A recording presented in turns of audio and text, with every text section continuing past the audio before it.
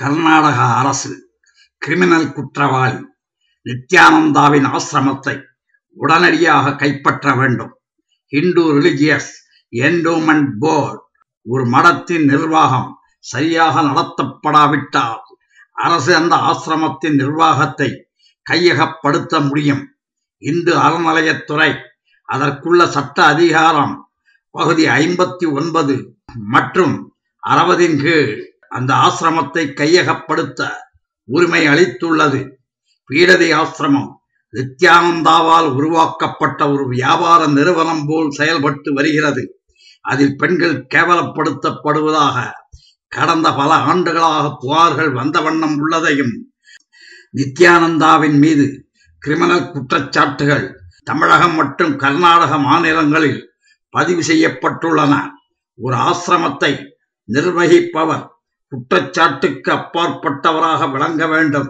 கர்நாடக அரசு நித்யானந்தாவை போன்ற போலி சாமியார்கள் மக்களை ஏமாற்றுவதை தடுத்து நிறுத்த உடனடியாக பீடதி ஆசிரமத்தை கையகப்படுத்தி மக்களை ஏமாற்றி பிழைப்பவர்களை சட்டப்படி தண்டிக்க வேண்டும். பத்திரிகையில் வந்த செய்திகளை சொல்கிறேன், கேளுங்கள். தலைமறைவான நித்யானந்தாவை தேடி தமிழகம் உள்பட பல மாநிலங்களுக்கு போலீசார் விரைந்துள்ளனர். பீடதி ஆசிரமத்தை அரசு கையகப்படுத்துமா என முதல்வர் சதானந்த கவுடா தலைமையில் நாளை மறுநாள் நடக்கவுள்ள அவசர கூட்டத்தில் விவாதிக்கப்பட உள்ளது. நித்யானந்தா வழக்கில் சாட்சியாக சேர்க்கப்பட்டுள்ள ஆத்திராவ் கன்னட டிவி சேனலில் பேட்டியளித்தார். இதற்கு மறுப்பு கூற ஏற்பாடு செய்திருந்த பத்திரிகையாளர் சந்திப்பில் நீதிமன்ற சம்மன் பற்றி கன்னட டிவி சேனல் நிருபர் கேள்வி எழுப்பியதால் கோபமடைந்த நித்யானந்தா அவரை வெளியேற்ற தன் சீடர்களுக்கு உத்தரவிட்டார்.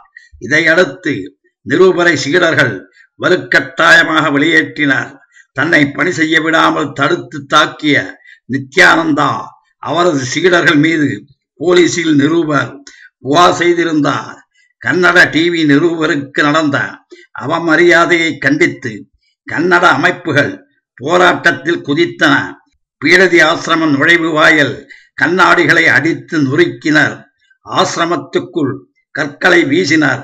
பாதுகாப்புக்கு நின்ற போலீசார் உட்பட ஆசிரமத்தைச் சேர்ந்தவர்கள் காயமடைந்தனர். போலீசார் தடியடி நடத்தி கூட்டத்தை கலைத்தனர். போராட்டத்தில் ஈடுபட்ட கன்னட அமைப்பினர் 25 பேரை போலீசார் கைது செய்தனர்.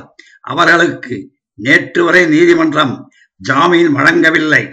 நிருபரை பணி செய்ய விடாமல் தடுத்த நித்யானந்தாவின் பெண் சீடர்கள் 4 பேர் உட்பட 8 பேரை போலீசார் கைது செய்து நீதிபதி முன் ஆஜர்படுத்தினர். அவர்களுக்கு நீதிபதி ஜாமீன் வழங்கினார்.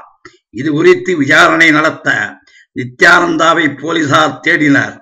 ஆனால் அவர் ஆசிரமத்தில் இல்லை.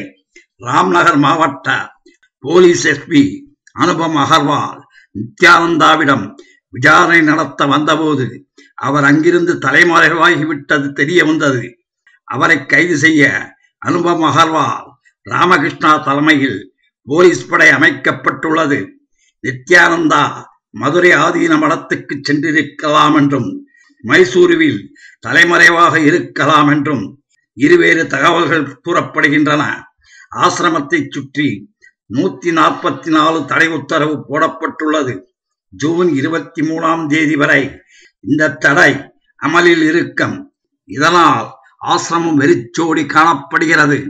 ஆசிரம கேட்டின் முன் 25 போலீசார் வேனில் அமர்ந்தபடி உள்ளனர். நேற்று காலை தமிழகத்தில் இருந்து வந்த காரில் 2 பக்தர்கள் இருந்தனர். இவர்களை உள்ளே அனுமதித்தனர்.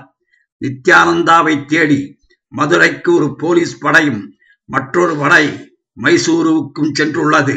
நேற்றும் இன்றும் நீதிமன்றம் விடுமுறை என்பதால் நாளை நீதிமன்றத்தில் ஜாமீன் பெற்ற பின்னரே நித்யானந்தா வெளியே வருவார் என்று கூறப்படுகிறது. நித்யானந்தாவை கைது செய்ய வேண்டும், ஆசிரமத்தை அரசு கையகப்படுத்த வேண்டும் என்றும் பெங்களூரு, மைசூரு, பெல்லாரி, மாண்டியா, ஹாசன் போன்ற நகரங்களில் கன்னட அமைப்பினர் போராட்டம் நடத்தினர். இன்று மைசூரு ரோடு காளி ஆஞ்சநேயர் தேவஸ்தானம் முன்பிருந்து இந்து கன்னட அமைப்பினர் பீடதி ஆசிரமம் நோக்கி ஊர்வலம் செல்லப் போவதாக அறிவித்துள்ளனர். இதற்கிடையில் ஆசிரமத்தை கைப்பற்ற வேண்டும் என்ற கோரிக்கை குறித்து முதல்வர் சதானந்த கவுடா தலைமையில் வரும் 12ஆம் தேதி ஆலோசனை கூட்டம் நடக்க உள்ளது. முதல்வர் சதானந்த கவுடா கூறுகையில், நித்யானந்தா ஆசிரமத்தில் நடந்த ரகளை குறித்து அதிக தகவல் கிடைக்கவில்லை. மாவட்ட கலெக்டர், போலீஸ் எஸ்பி ஆகியோரிடமிருந்து அறிக்கை பெறுமாறு உள்துறை அமைச்சர் அசோக்கிடம் தெரிவிக்கப்பட்டது. யாரும் சட்டத்தை கையில் எடுத்துக் கொள்ளக்கூடாது. நித்யானந்தர் தவறு செய்திருப்பின் விவாதித்து நடவடிக்கை எடுக்கப்படும் என்றார். கர்நாடக மாநிலம் தார்வாடில் நிருபர்களிடம் பேசிய அம்மாநில சட்ட அமைச்சர் சுரேஷ்குமார் கூறியதாவது, பீடதி ஆசிரம விஷயத்தில் அரசு நடவடிக்கை எடுக்கவில்லை என்று கூறுவது தவறு. நேற்று நடந்த ரகளைக்கு பின்னர் ஆசிரமத்தை சுற்றி 144 தடை உத்தரவு போடப்பட்டுள்ளது. இதிலிருந்தே அரசு கவனம் செலுத்துகிறது என்பதை அறிந்து கொள்ளலாம். நித்யானந்தாவின் பீடதி ஆசிரமத்தில் ஆட்சேபனைக்குரிய நடவடிக்கைகள் நிகழ்வதாக புகார்கள் வந்துள்ளதால் அந்த ஆசிரமத்தை கையகப்படுத்துவது குறித்து மாநில அரசு பரிசீலித்து வருகிறது. நித்யானந்தா தியான பீடத்திற்கு நிர்வாகி ஒருவரை நியமிக்கவும் திட்டமிட்டுள்ளது என்றார். சட்டத்தின் முன் நிற்க துணிச்சல் இன்றி பேடியைப் போல் ஓடி ஒளியும் நித்யானந்தாவை மக்கள் ஒருபோதும் தங்கள் குருவாக ஏற்றுக்கொள்ள மாட்டார்கள். கர்நாடக அரசு தயக்கம் காட்டாமல் பீடதி ஆசிரமத்தை கைப்பற்றி மற்ற மாநிலங்களுக்கு முன் உதாரணமாக வழங்க வேண்டும்.